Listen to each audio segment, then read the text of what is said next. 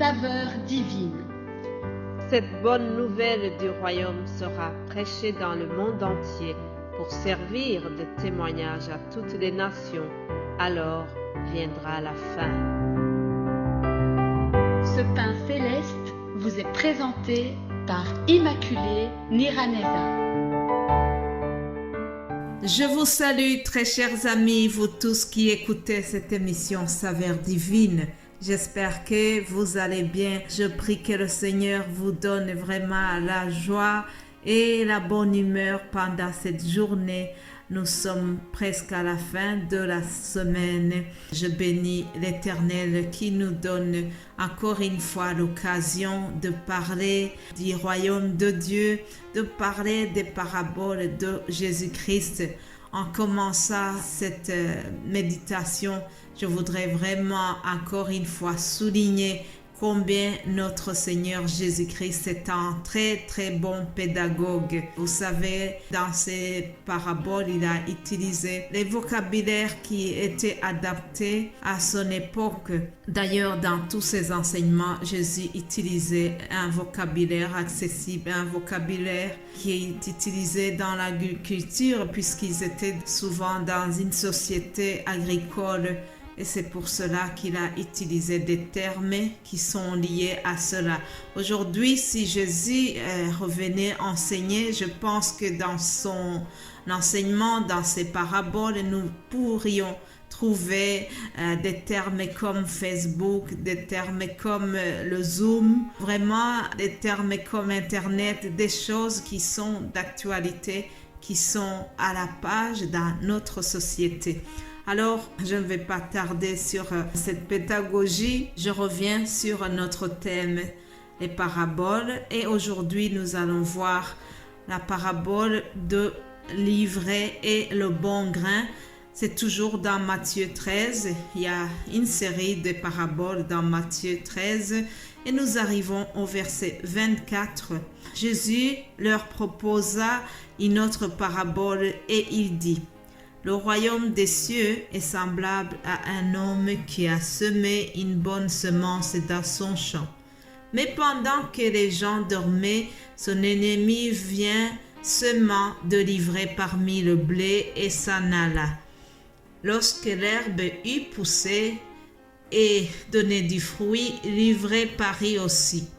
Les serviteurs du maître de la maison vinrent lui dire: Seigneur, n'as-tu pas semé une bonne semence dans ton champ? D'où vient donc qu'il y a de l'ivraie? Il leur répondit: c'est un ennemi qui a fait cela.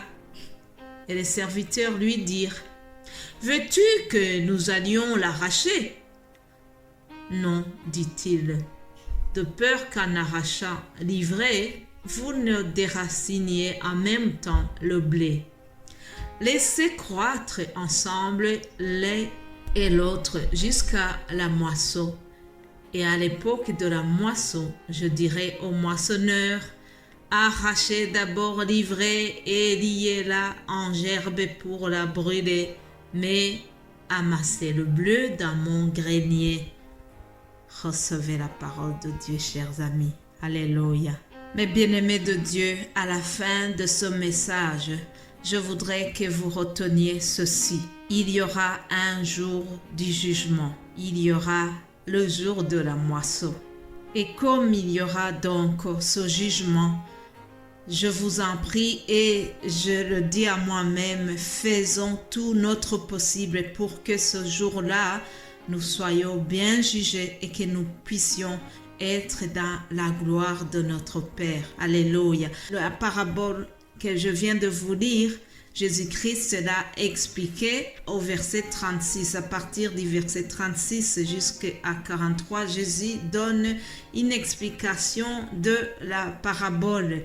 Il commence par dire: le Fils de l'homme, c'est le champ. Vous voyez dans la Bible souvent, il y a cette expression, le Fils de l'homme. Que signifie cette expression? C'est Jésus qui parlait de lui-même. Jésus en parla de lui-même, il a souvent utilisé l'expression fils de l'homme. Par exemple, Matthieu 35, on nous dit, lorsque le fils de l'homme viendra dans sa gloire avec tous les anges, il s'assiera sur le trône de sa gloire. Cependant, dans l'Ancien Testament, on utilisait aussi cette expression fils de l'homme pour désigner tout simplement la race humaine.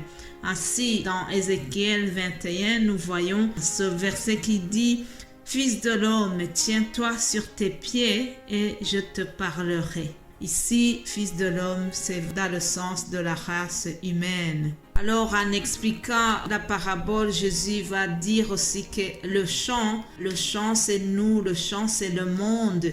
Le chant, c'est aussi le cœur, notre cœur où la parole de Dieu est semée. Et la bonne semence, ce sont les fils du royaume, comme il a expliqué Jésus.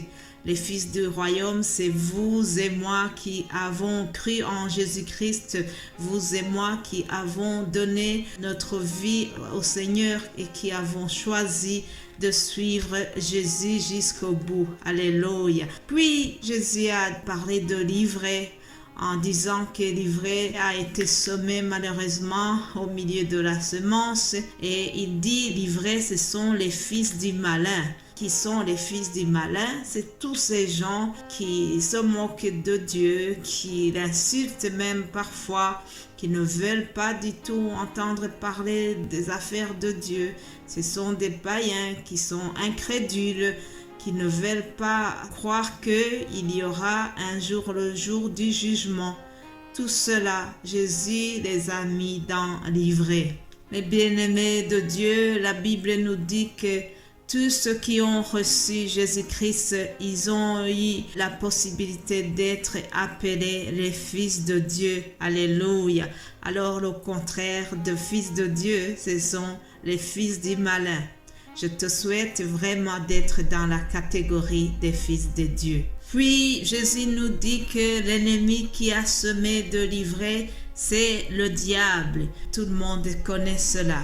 Mais bien-aimés de Dieu, c'est vrai que le diable est toujours là pour semer le trouble. C'est le diable qui vient semer la zizanie lorsque les couples s'entendent bien. C'est le diable qui vient semer la haine dans le cœur des autres. C'est lui qui vient semer la jalousie lorsque tu as décidé de bien vivre avec tout le monde. Mais parfois, tu as des moments où tu es jaloux des autres, du bonheur des autres au lieu de te réjouir.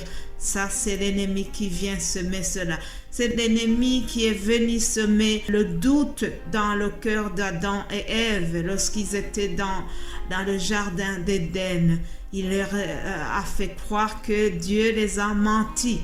Et il a semé le trouble entre ce qu'ils connaissaient et ce qu'il leur disait. Lui, il leur a donné un autre point de vue et ça les a poussés à commettre l'irréparable.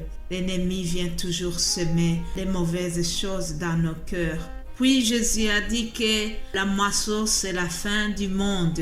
En effet, chers amis, tout ce que nous sommes en train de vivre, nous sommes encore dans l'état de la grâce. Nous avons la chance d'écouter et de répandre l'évangile. Il y a encore le moment de se repentir, mais tout cela un jour va finir et il y aura le jour du jugement. Ce jour du jugement sera terrible.